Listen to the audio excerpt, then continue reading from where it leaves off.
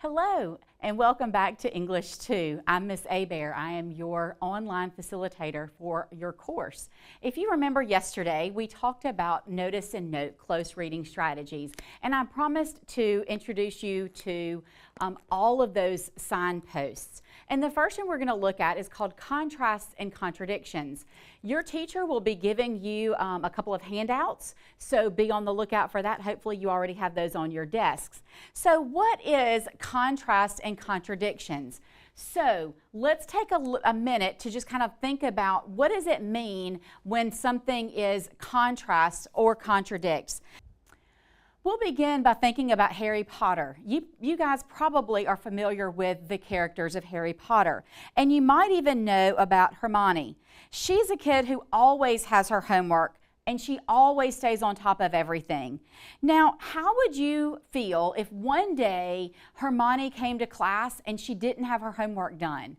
You would be, that's not like Hermione. She always has her stuff together. She's never one to have something not done. So you might want to stop and ask yourself, why is the character acting that way? Or why is the character doing that? Because that action is in contrast to their nature. So when I'm reading and a character does something or says something that is against their character, it's opposite of how they've been acting or what they've been doing, I want to stop and I want to ask myself, why is the character doing that? That is our signpost for contrasts and contradictions. So in order to really delve deep into this, we're going to practice with a story called Thank You Ma'am by Langston Hughes. I've heard that sometimes teachers will teach this in the 8th grade. If you've read it before, it's okay. You're going to learn something new today from this story. I guarantee it. So I'm going to read out loud, and if you will follow along, we're going to pause when we find a place where a character says or does something that is opposite of that character's nature or what that character has been revealed to us so far. So if you will pick up your paper and follow along with me. She was a large woman with a large purse that had everything in it but a hammer and nails. It had a long strap, and she carried it slung across her shoulder. It was about 11 o'clock at night, dark, and she was walking alone, when a boy ran up behind her and tried to snatch her purse. The strap broke with a sudden single tug, and the boy gave it from behind. But the boy's weight and the weight of the purse combined caused him to lose his balance. Instead of taking off full blast as he had hoped, the boy fell on his back on the sidewalk and his legs flew up.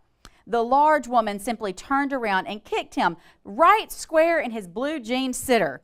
Then she reached down, picked the boy up by his shirt front, and shook him until his teeth rattled. After that, the woman said, "Pick up my pocketbook, boy, and give it here."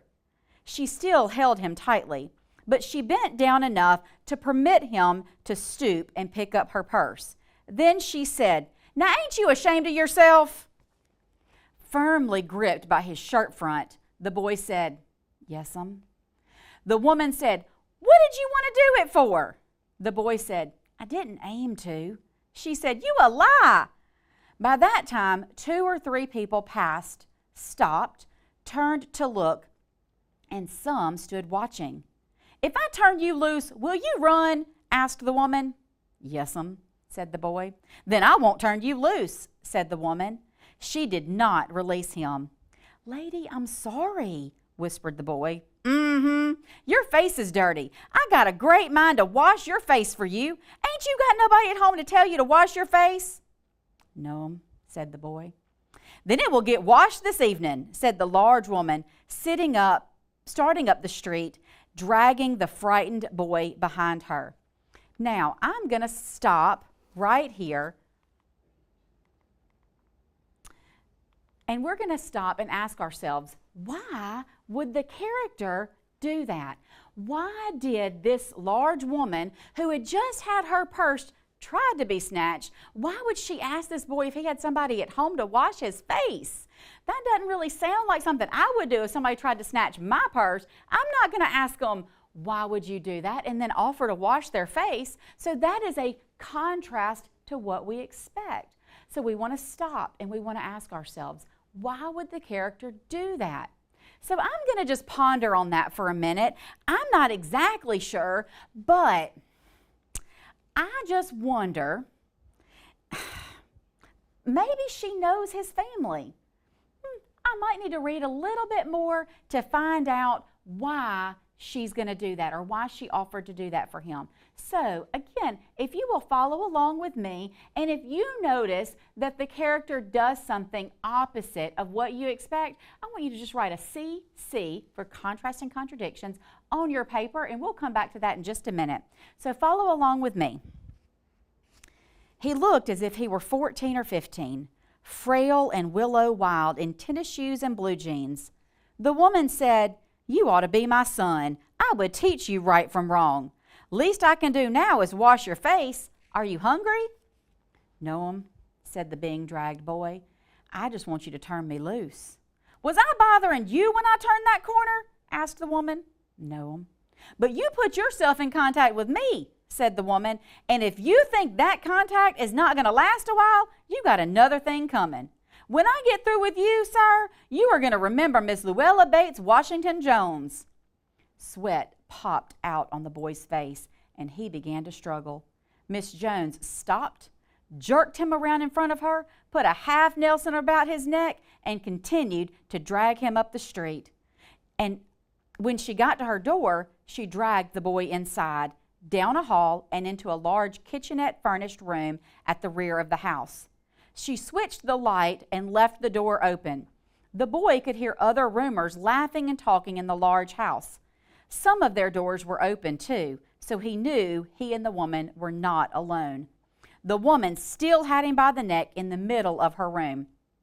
She said, "What's your name?" "Roger," answered the boy. "Then, Roger, you go to that sink and wash your face," said the woman, whereupon she turned him loose. At last. Roger looked at the door, looked at the woman, looked at the door, and went to the sink. I'm going to stop here because, again, I've noticed a character asking in a way that surprised me. When the authors show us a character doing something that contrasts what we expect, we want to stop and consider what's happening. So earlier, the boy Roger wanted to escape, but now all of a sudden, in this house, he's not. He follows her direction. He goes and washes his face. So I'm going to ask myself, why would the character act this way? So we're going to take a second, and with your shoulder partner, I want you to ask them, why do you think the character acted this way? Okay, those are some interesting ideas. A lot of good thinking going on. Notice how much you consider just by noticing a contrast or a contradiction, and then asking yourself, why would the character act this way? We're going to keep reading, and again, this time as I read, if you notice something that looks like a contrast or contradiction, I want you again on your paper to write the letters CC for contrasts and contradictions. So, grab your paper and follow along. "Let the water run until it gets warm," she said. "Here's a clean towel." "You going to take me to jail?" asked the boy, bending over the sink. "Not with that face. I would not take you nowhere," said the woman. "Here I am trying to get home and cook me a bite to eat, and you snatch my pocketbook. Maybe you ain't been to your supper either, late as it be. Have you?" "There's nobody at home at my house," said the boy. "Then we'll eat," said the woman. "I believe you're hungry, or been hungry, to try to snatch my pocketbook." "I want a pair of blue suede shoes," said the boy. "Well, you didn't have to snatch my pocketbook to get some suede shoes," said Miss Luella Bates Washington Jones. "You could have asked me." "Ma'am?" The water dripping from his face, the boy looked at her. There was a long pause. A very long pause. After he had dried his face and not knowing what else to do, he dried it again. He would make a dash for it down the hall. He would run, run, run. The woman was sitting on the daybed. After a while, she said, "I were young once, and I wanted things I could not get." There was another long pause. The boy's mouth opened. Then he frowned, not knowing he frowned.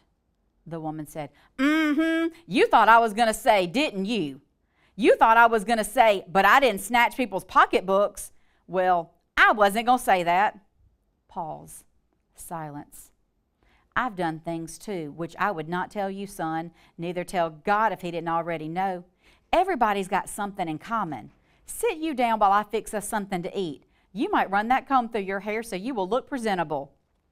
This is an important place to stop. I've noticed several contrasts and contradictions, and I bet you did too. Take a look at the places that you put CC, and before I let you talk with your shoulder partner, with your reading partner, I want you to jot down some of your own thoughts. So in those margins where you wrote that CC, you write your own thoughts. And what is that question you're supposed to ask again?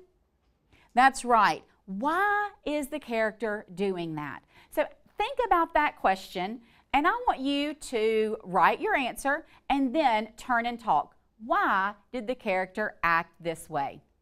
Again, I am so impressed with your thinking. With all that thinking you're doing about characters, remember, we want to look at any time a character says or does something that is opposite of what we expect. So remember, an inference is an idea that you have that's based on what you read. So let's look at a couple of these ideas. I heard someone say, Roger didn't run because he's still scared of what she'll do to him. I bet the house isn't very big, so she's probably sitting close enough to where he was washing his face. Someone else said, I bet Miss Jones remembers what it was like being poor.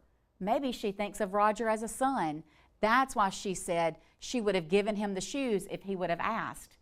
So, those are some really great ideas. So, we're going to keep practicing, and we're going to read on one more time. And again, when you see the character acting a certain way that's opposite of what you expected, I want you to write in your margin CC for contrast and contradiction. And then we're going to come back and we're going to talk lastly about what those contrasts and contradictions might mean. In another corner of the room behind a screen was a gas plate and an icebox. Miss Jones got up and went behind the screen. The woman did not watch the boy to see if he was going to run now, nor did she watch her purse, which she left behind her on the daybed. But the boy took care to sit on the far side of the room, away from the purse, where he thought she could easily see him out of the corner of her eye if she wanted to. He did not trust the woman to trust him, and he did not trust the woman not to trust him. And he did not want to be mistrusted now. Do you need somebody to go to the store? Asked the boy. Maybe to get some milk or something? Don't believe I do, said the woman, unless you just want sweet milk yourself. I was going to make cocoa out of this canned milk I got here. She heated some lima beans and ham she had in the icebox, made the cocoa, and set the table.